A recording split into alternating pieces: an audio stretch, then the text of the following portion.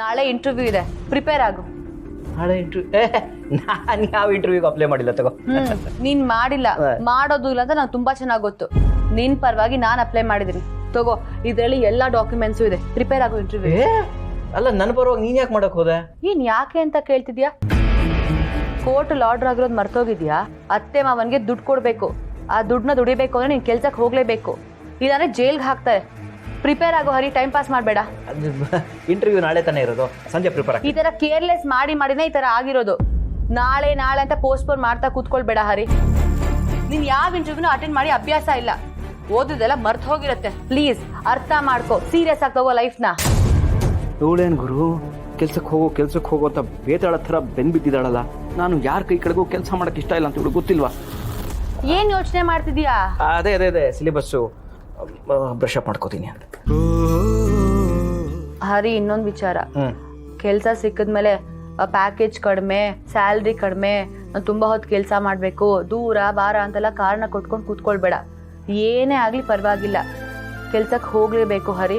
Salary ಕಡಿಮೆ ಬಂದ್ರೂ ಪರವಾಗಿಲ್ಲ, ಅತ್ತೆ ಮಾವಂಗ್ ದುಡ್ಡು ಕೊಡ್ಬೇಕಲ್ಲ, ಅದಕ್ಕೆ ನಾನು ಹೆಲ್ಪ್ ಮಾಡ್ತೀನಿ. ಹಾ ಸಿಂಚನ, ಒಂದು ಕೆಲಸ ಮಾಡೋಣ.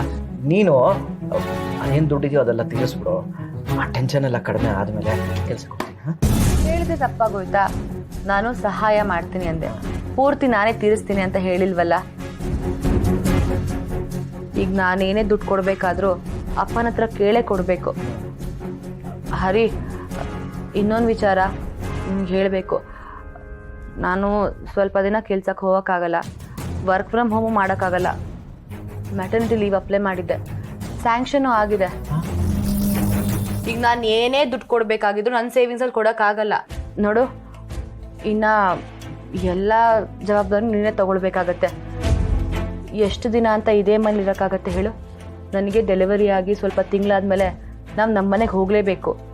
ಆಗ ನೀನು ನನ್ನನ್ನು ಮಾತ್ರ ಅಲ್ಲ, ಮಗು ಖರ್ಚು ವೆಚ್ಚನೂ ನೀನೇ ನೋಡ್ಕೊಳ್ಬೇಕಾಗತ್ತೆ. ನಾನು ಇನ್ನು ಯಾವುದೇ ವಿಚಾರಕ್ಕೂ ಅಪ್ಪನ ಹತ್ರ ದುಡ್ಡು ಕೇಳಕ್ಕೆ ಹೋಗಲ್ಲಪ್ಪ. ಹೇಗಿರು ನೀನು ದುಡಿತಲ್ವಾ, ನೀನು ಸಾಕ್ತೀಯ ಬಿಡು. ನನ್ನ ಮಗುನ ನೀನೇ ದುಡ್ದು ನೋಡ್ಕೊಳ್ಬೇಕು, ಅದಕ್ಕೆ ಹೇಳ್ತಿರೋದು. ಜವಾಬ್ದಾರಿ ಜಾಸ್ತಿ ಆಗಿದೆ, ಇದು ನಿಭಾಯಿಸ್ಬೇಕು. ನೀನು ಕೆಲ್ಸಕ್ಕೆ ಹೋಗಲೇಬೇಕು, ಆಯ್ತಾ? ನೆಗ್ಲೆಕ್ಟ್ ಮಾಡಬೇಡ Hari. All the best, all the best. Thanks. ಏನಪ್ಪ ಇವಳು ಈ ಲೆವೆಲ್ ಟಾರ್ಚರ್ ಕೊಡ್ತಿದ್ದಾಳೆ. ಮೊದಲು ಇಲ್ಲಿಂದ ಎಸ್ಕೇಪ್ ಆಗಬೇಕು. ಅವನಿಗೊಂದು ಅಮ್ಮ ಇದ್ದಾಳೆ ಅನ್ನೋದನ್ನು ಅವನು ಮರ್ತು ಬಿಟ್ಟಿದ್ದಾನೆ. ಅಯ್ಯೋ ಅತ್ತೆ, ನೀವು ಒಂದು ಸ್ವಲ್ಪ ಆರಾಮಾಗಿರಿ. ನೋಡಿ, ನಾವು ಅನ್ಕೊಂಡಿದ್ದನ್ನೆಲ್ಲ ಸಾಧಿಸ್ಬೋದು, ಆದರೆ ಅದಕ್ಕೆ ನೀವು ಮೊದಲು ಸಮಾಧಾನವಾಗಿರ್ಬೇಕು. ಅವರಿಬ್ಬರನ್ನ ಒಂದೇ ದಿವಸಕ್ಕೆ ದೂರ ಮಾಡೋಕ್ಕಾಗುತ್ತಾ? ಅದು ಈ ಥರ ಅಂದ್ಕೊಂಡಿರೋರ್ನ. ಇಲ್ಲ ತಾನೆ? ಎಲ್ಲದಕ್ಕೂ ಟೈಮ್ ಬೇಕತ್ತೆ. ನಾನೆಲ್ಲ ನೋಡ್ಕೋತೀನಿ. ನಾನು ಹೇಳಿದ್ನಲ್ಲ, ನೀವು ಸ್ವಲ್ಪ ಆರಾಮಾಗಿರಿ. ಒಟ್ಟಿನಲ್ಲಿ ಅವರಿಬ್ಬರು ಬೇರೆ ಆದರೆ ಅಷ್ಟೇ ಸಾಕು. ಅದಕ್ಕೇನು ಮಾಡಬೇಕು ಅಂತಿದೀಯಾ? ಅತ್ತೆ, ಈ ಸಿದ್ದು ಆದಷ್ಟು ಮನೇಲಿ ಇಲ್ಲದೆ ಇರೋ ಹಾಗೆ ನೋಡ್ಕೋಬೇಕು.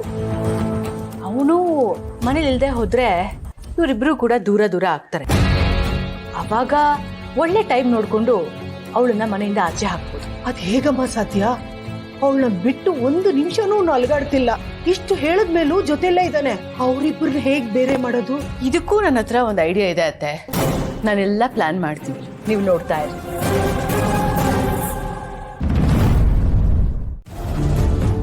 ಯಾಕೆ, ಏನಾಯ್ತು? ಅಯ್ಯೋ, ನೀವು ಮಾಡ್ತಾ ಇರೋಂಥ ವ್ರತ ಎಲ್ಲ ಮೈಲ್ಗೆ ಆಗ್ಬಿಡಲ್ವಾ? ಅದು ನಮ್ಮ ಮನೆಯಲ್ಲಿ almost every day non veg ಮಾಡ್ತಾನೆ ಇರ್ತೀವಿ. ನೀವಿಲ್ಲಿ ಅಡುಗೆ ಮನೆಗೆ ಬರೋದು, ಇಲ್ಲೇನಾದರೂ ತಿನ್ನೋದು, ಇಲ್ಲಿನ ಪಾತ್ರೆಗಳನ್ನೆಲ್ಲ ಬಳಸೋದು, ಹೀಗೆ ಮಾಡಿದ್ರೆ ನಿಮ್ಮ ವ್ರತಕ್ಕೆ ಭಂಗ ಆಗಲ್ವಾ? ಪಾಪ, ನೀವು ಇಷ್ಟೊಂದು ಕಠಿಣವಾದ ವ್ರತನ ಇಷ್ಟು ಕಷ್ಟಪಟ್ಟು ಮಾಡ್ತಿದ್ದೀರಾ. ಅದಕ್ಕೆ ಇದರಿಂದ ನಿಮಗೆ ಏನಕ್ಕೆ ತೊಂದರೆ ಆಗಬೇಕು, ವ್ರತಕ್ಕೆ ಯಾಕೆ ಭಂಗ ಆಗಬೇಕು ಅಂತ ಹೇಳಿದೆ ಅಷ್ಟೆ. ಮತ್ತೆ ನಾನು ಊಟಕ್ಕೆ ಏನು ಮಾಡಲಿ? ಹೌದಲ್ವಾ? ಒಂದು ಕೆಲಸ ಮಾಡಿ. ಈ ಹಿಂದಿನ ಕಾಲದಲ್ಲೆಲ್ಲ ಮನೆಯಿಂದ ಆಚೆ ಕಲ್ಲಿನ ಒಲೆ ಇಟ್ಕೊಂಡು ಅಡುಗೆ ಮಾಡ್ಕೊಂಡು ತಿಂತಿದ್ರಲ್ಲ, ನೀವು ಹಾಗೆ ಅಡುಗೆ ಮಾಡ್ಕೊಂಡು ತಿನ್ನಿ. ಆಗ ವ್ರತಕ್ಕೂ ಏನು ಪ್ರಾಬ್ಲಮ್ ಆಗಲ್ಲ, ನಿಮಗೂ ಪ್ರಾಬ್ಲಮ್ ಇರಲ್ಲ. ಹೇಳ್ತಿರೋದೇನೋ ಸರಿಯಾಗಿದೆ, ಹಾಗೆ ಮಾಡ್ತೀನಿ. ಒಳ್ಳೇದಾಯ್ತು ಬಿಡಿ. ನೀವು ಅಡುಗೆ ಮಾಡೋಕ್ಕೆ ಏನೇನು ಬೇಕೋ ಎಲ್ಲ ರೆಡಿ ಮಾಡ್ಕೊಳ್ಳಿ. ನಾನು ಈಗಲೇ ಸಿದ್ದುನ ಕರೆದು ನಿಮಗೆ ಏನೇನು ಐಟಮ್ಗಳೆಲ್ಲ ಬೇಕೋ ಅದನ್ನ ಅಂಗಡಿಗೆ ಹೋಗಿ 1 ನಿಮಿಷ ತಂದ್ಕೊಟ್ಬಿಡಕ್ಕೆ ಹೇಳ್ತೀನಿ. ಹಾಂ? ಅಯ್ಯೋ ಬೇಡ, ಪರವಾಗಿಲ್ಲ. ಸುಮ್ಮನೆ ಅವ್ರಿಗೆ ಯಾಕೆ ತೊಂದರೆ? ಏನಿದು ಇದೆಲ್ಲ ಅವ್ರಿಗೇನಕ್ಕೆ ತೊಂದರೆ ಆಗಬೇಕು? ಸಿದ್ದು ನಿಮ್ಮ ಗಂಡ. ಅದು ಅಲ್ಲದೆ ನೀವು ಅವ್ರಿಗೋಸ್ಕರ ಅವ್ರಿಗೆ ಒಳ್ಳೇದಾಗಲಿ ಅಂತ ಇಷ್ಟೆಲ್ಲ ಕಷ್ಟಪಟ್ಟು ವ್ರತ ಮಾಡ್ತಿದ್ದೀರಾ. ಅಂಥದ್ರಲ್ಲಿ ಇಷ್ಟು ಸಪೋರ್ಟ್ ಮಾಡ್ದಿದ್ರೆ ಹೇಗೆ? ನೀವಿರಿ, ನಾನು ಕರಿತೀನಿ. ಸಿದ್ದು, ಸಿದ್ದು, ಹಾ, ಏನದ್ಗೆ ಬನ್ನಿ ಸಿದ್ದು ಇಲ್ಲಿ.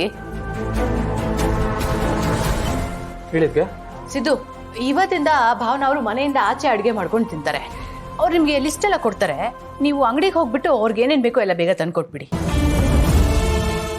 ಅಲ್ಲ, ಅಡುಗೆ ಮನೆ ಇರುವಾಗ ಇವ್ರು ಯಾಕೆ ಹೊರಗಡೆ ಅಡುಗೆ ಮಾಡ್ಬೇಕಕ್ಕೆ? ಅಯ್ಯೋ ಸಿದ್ದು, ಅಲ್ಲ ಅವ್ರ ಪಾಪ ಎಷ್ಟು ಕಠಿಣವಾದ ವ್ರತ ಮಾಡ್ತಾ ಇದ್ದಾರೆ. ನಮ್ಮ ಅಡುಗೆ ಮನೇಲಿ almost every day non veg ಎಲ್ಲ ಮಾಡ್ತಾ ಇರ್ತೀವಿ. ಹೀಗಾಗಿ ಅವ್ರ ವ್ರತಕ್ಕೆ ಭಂಗ ಆಗ್ಬಿಡಲ್ವಾ? ಅದಕ್ಕೆ ಅವರು ನಿಮಗೆ ಲಿಸ್ಟ್ ಕೊಡ್ತಾರೆ, ನೀವು ಅವ್ರಿಗೆ ಸಪೋರ್ಟ್ ಮಾಡಬೇಕು. ಅಂಗಡಿಗೆ ಹೋಗ್ಬಿಟ್ಟು ಅವ್ರಿಗೆ ಏನೇನು ಬೇಕೋ ಎಲ್ಲ ಐಟಮ್ಸು ತಂದು ಕೊಟ್ಬಿಡಿ.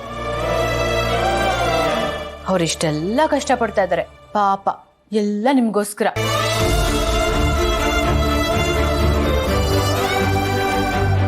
ಸರಿ ಅದಕ್ಕೆ ಮೇಡಮ್ ಅವರೇ, ನಿಮ್ಗೇನೇನು ಬೇಕು ಅಂತ ಚೀಟಿಲಿ ಬರ್ದು ಕೊಡಿ, ತಂದು ಕೊಡ್ತೀನಿ. ಬನ್ನಿ. ಭಾವನಾ, ಸಿದ್ದು ಹೋಗಿ ಬರೋಷ್ಟರಲ್ಲಿ ನೀವು ಅಡುಗೆಗೆ ಏನೇನು ಬೇಕೋ ಎಲ್ಲ ರೆಡಿ ಮಾಡ್ಕೊಂಬಿಡಿ. ಲೇಟ್ ಆದರೆ ಆಮೇಲೆ ಪಾಪ ನಿಮಗೆ ಹಸುವಾಗ್ಬಿಡುತ್ತೆ.